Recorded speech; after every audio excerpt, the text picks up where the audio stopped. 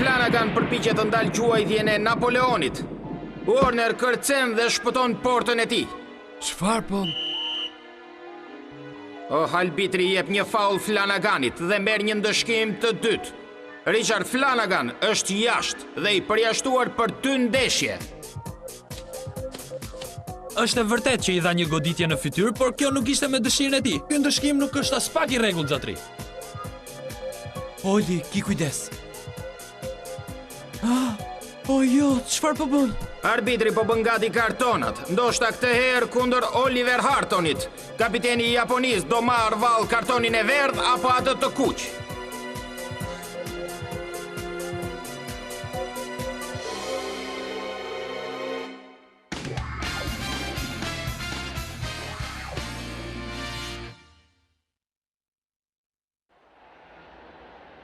Dhe është i verdh.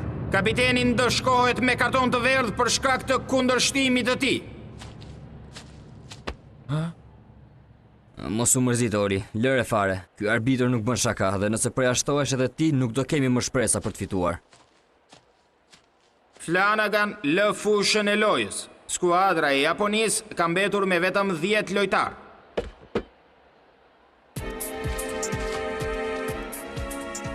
Napoleoni fiton një faul nga goditja që mori nga Flanagan. Kjo është një mundësi shumë e mirë për Francën.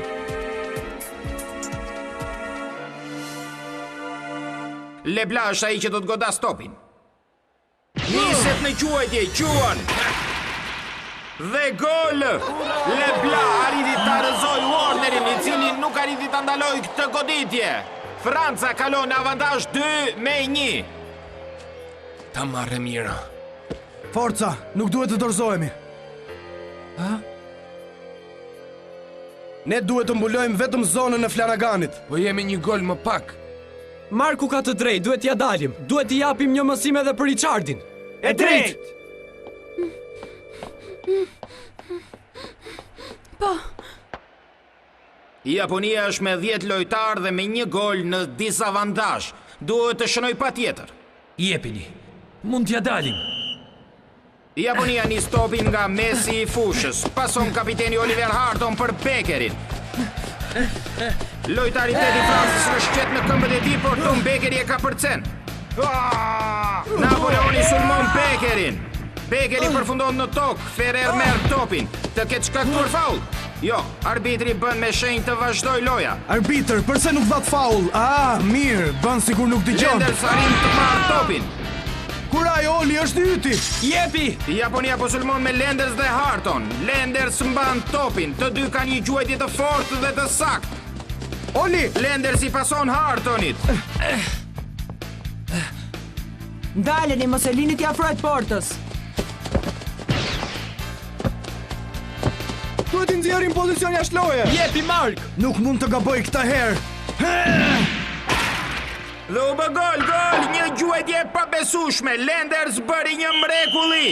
Por dëgjoni, gjyqtari ansor ka ngritur flamurin, ka dhënë sinjalin për pozicion jashtë loje, kështu që goli anullohet.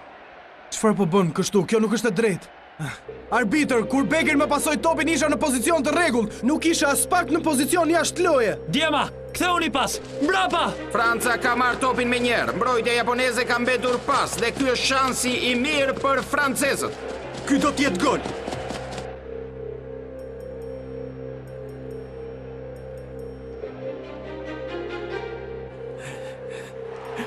Lebla gjuan drejt portës dhe ja një tjetër gol për Francën. Rezultati shkon 3-1 për Francën. Inferioriteti japonisë thellohet. E di që Benji do të donte shumë të luante, por Warneri duhet fitoj eksperiencë ndërkombëtare.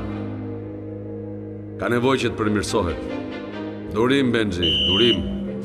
Japonia fillon me njerë me numri 9 Lendersin. Nuk duhet të lejoj që pjesa e parë të mbaroj kështu. Duhet të shënojmë ose ndeshja do t'jetë e humbur. Pasimi shpejt nga Lenders te Becker. Dy lojtarët kanë luajtur prej kohësh bashkë. Jepi Tom, është yti. Tomi hidhet para. Jo, Tom, nuk e për t'ja dal. Lebla i kërcen para me kopë. Topi ngrihet lart. Forca! Becker kërcen si për kundërshtarëve dhe është në ajër dhe shënon gol. Gol për Japonin. Nuk është e mundur. E pa besueshme. Goli anullohet. Arbitri e konsideroi lojën e kapitenit si tepër të rrezikshme. Japonia vazhdon të qëndrojë në dizavantazh me 2 gola. Forca, jepini Djema. Jepini të ndërhyjnë. Nuk duhet i lejojmë të bëjnë gol, për ndryshe ndeshja mori fund me të vërtet.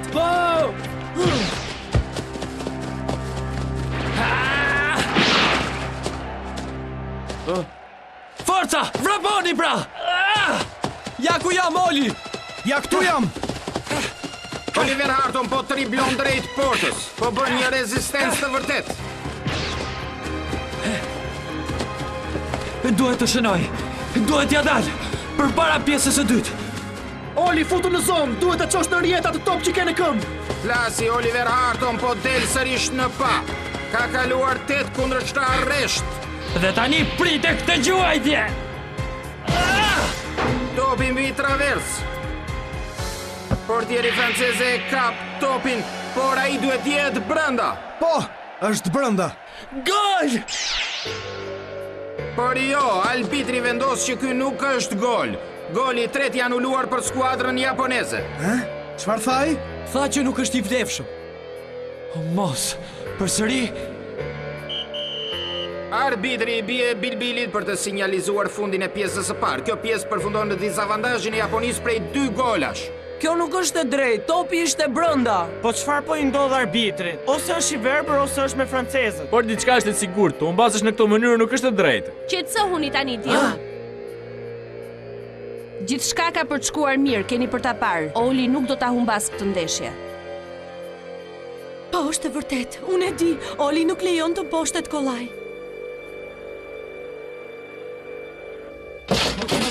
Nuk është e mundur. Më vjen keq.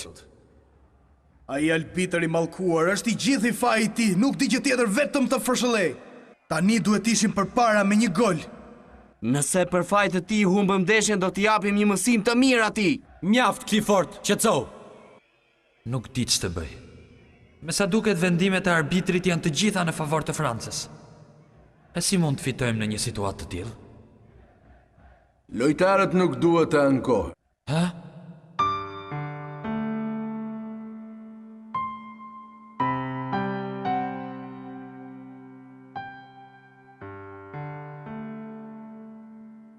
Lojtarët nuk duhet të ankohen, nuk u takon atyre. Duhet vetëm të bëjnë lojën e tyre sa më mirë që t'jetë e mundur. Të kundërshtosh arbitrin, do të thotë që t'i shfryshin natin atij, edhe kjo nuk sjell asgjë të mirë, përveç se dëm vetëm skuadrën sonë. Djema! Të shfrymi natin ton kundër arbitrit nuk do të na shërbej për asgjë. Pse të mos ja shkarkojmë topin? Ta bëjmë këtë edhe për Richardin. Je një mik i vërtet, Oli. Në pjesën e dytë do të shënojmë sërish dhe do të kalojmë në avantazh. Do arrijmë ti mundim. Jam i sigurt dhe do ta fitojmë me ndershmëri këtë ndeshje. Oli ka të drejtë, ne duhet fitojmë. Duhet ta bëjmë edhe për Richardin. Po!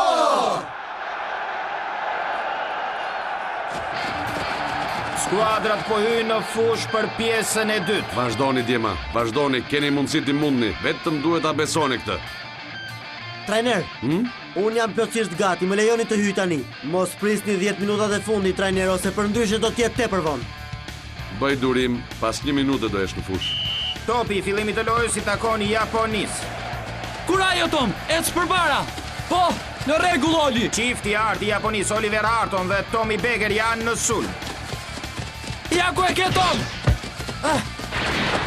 Çfarë loje, pasime të përkryera. Lebla i ka dalë para Beckerit për ta ndaluar. Marko është i lirë.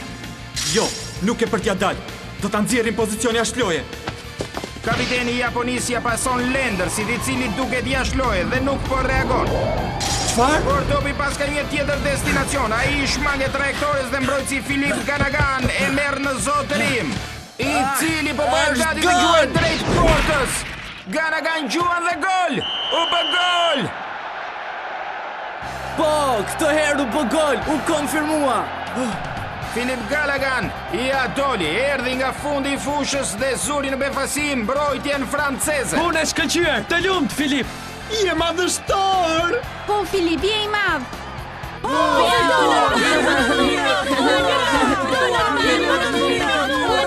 E dini se ç'mendoj? Japonia do ta fitoj këtë ndeshje. Çfarë?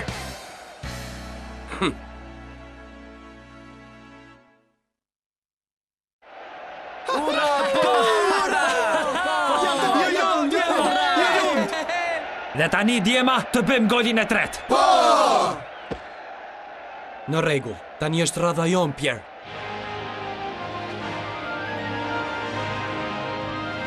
Këtë herë nuk mund të gaboj. Japonia nuk ka për të dorëzuar kollaj, por nuk i afrohet nivelit ton.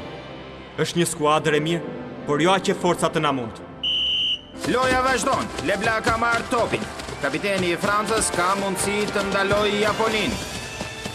Jepi, shkojmë përpara të shënojmë. Mos humbim kohë. E pabesueshme, Lebla triblon pa vështirësi çiftin e arti japonez. Duhet që ta ndalojmë, duhet ta bllokojmë, forca! S'ka për të kaluar. Lebla kërcen si për Lendersit dhe Reynoldsit. Vrapi francez është i pandalshëm. Kapiteni po vën në duke gjithë shkaftësinë dhe elegancën e tij. Napoleon! Kush po flet? Prite këtë! Corner e pret për mrekulli. Prite këtë! Juan dhe është gol! Po! Goli nuk është i vlefshëm. Gjyqtari i lojës fërshëllen bilbilin për Ferrerin, i cili ka rëzuar Diamondsin për dhe. Goli anullohet dhe penalti për Japoninë.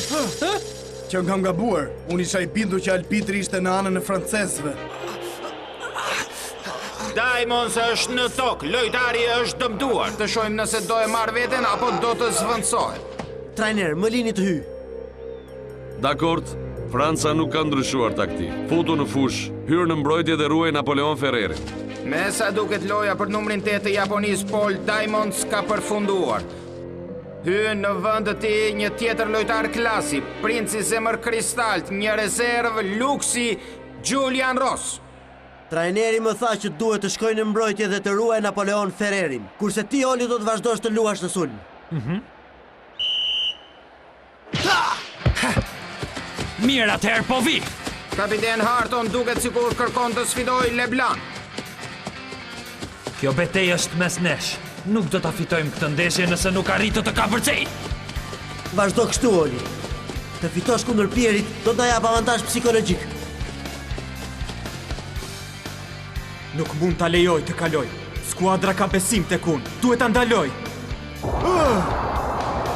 Dy kapitenët janë njëri kundër tjetrit dhe po përballen. Lebla rrezon kapitenin Harton, i cili nuk arrin t'i bëjë ball forcës franceze. Jepini! Franca është sërish në sulm. Forca, tani! Napoleon Ferrer ndal topin, por tani është ai që bie në kurthin e pozicionit jashtë loje. Oh, mos! Hyrja e Julian Rossit ka qenë një ndërhyrje e mirë në lojën e ekipit japonez. Ja dola! Je i madh, Julian! Loja e Julian Rossit dhe kapitenit Harton po shkon drejt sulmit. Të shohim tani se çfarë taktike do të ndjek mbrojtja e fuqishme franceze.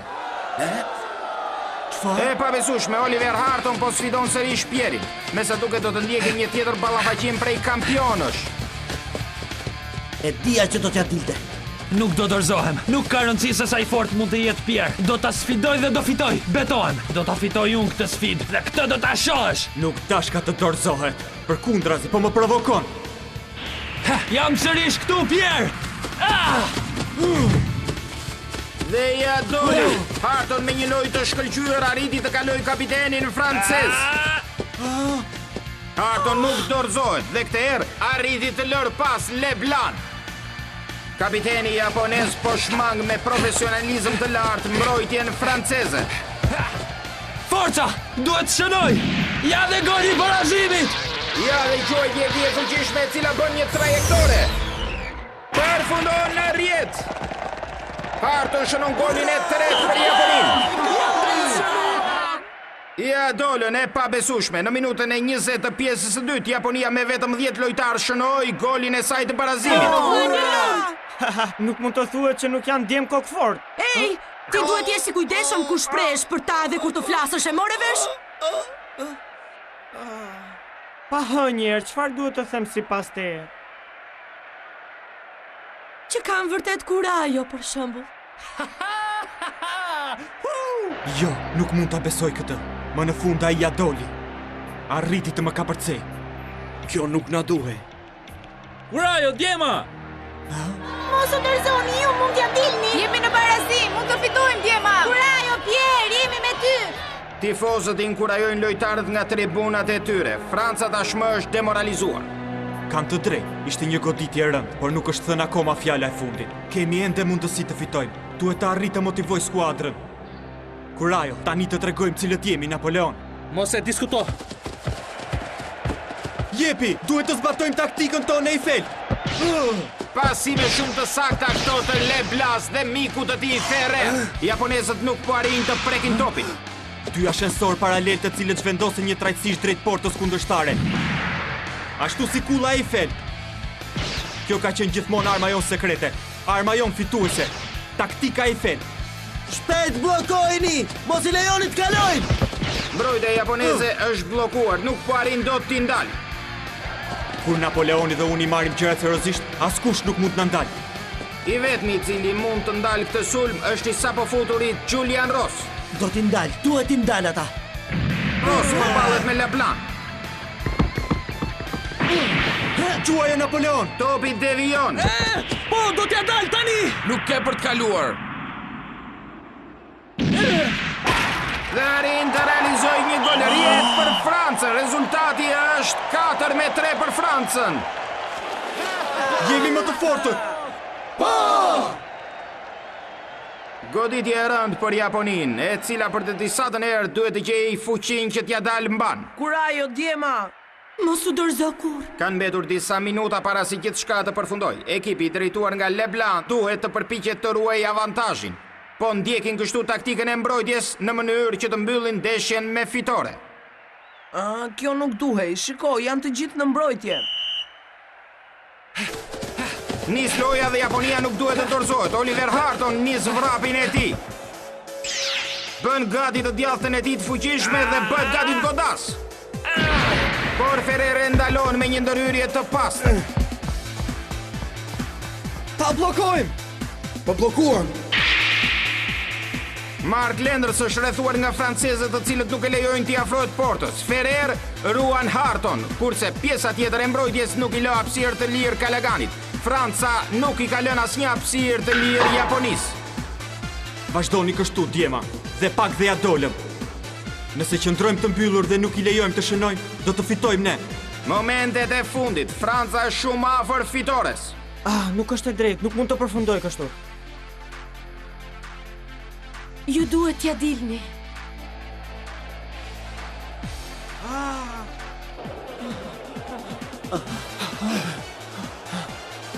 Ta marrë mira, edhe pak sekonda kanë betur. Mark! Lenders kupton që Tom Bekeri është i lirë. E jotja! Topi për Bekerin. Ta bllokojnë!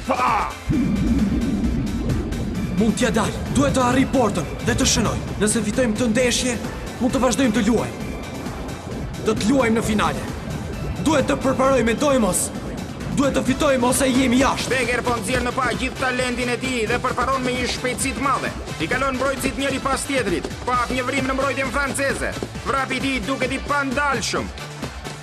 Por kapiteni i Francës Pierre po e pret. Tani lufta është mes nesh, Beker. Nuk e për të kaluar këtë.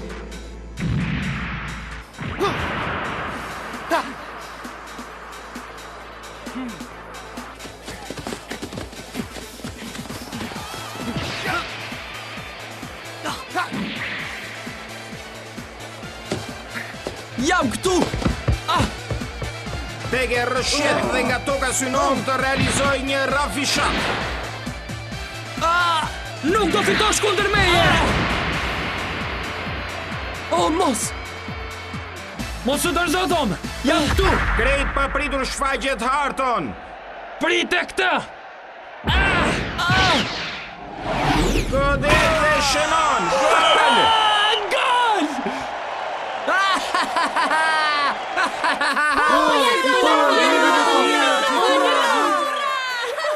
Dhe arbitri i bie bilbilit që sinjalizon fundin e takimit. Oli ta dhuron. Japonezët arritën të barazojnë rezultatin në sekondat e fundit fal lojës së shkëlqyer të Tom Bekerit dhe ndërhyrjes së shkëlqyer të Oliver Harton. Do kalojmë kështu në pjesën shtesë me rezultatin 4-4.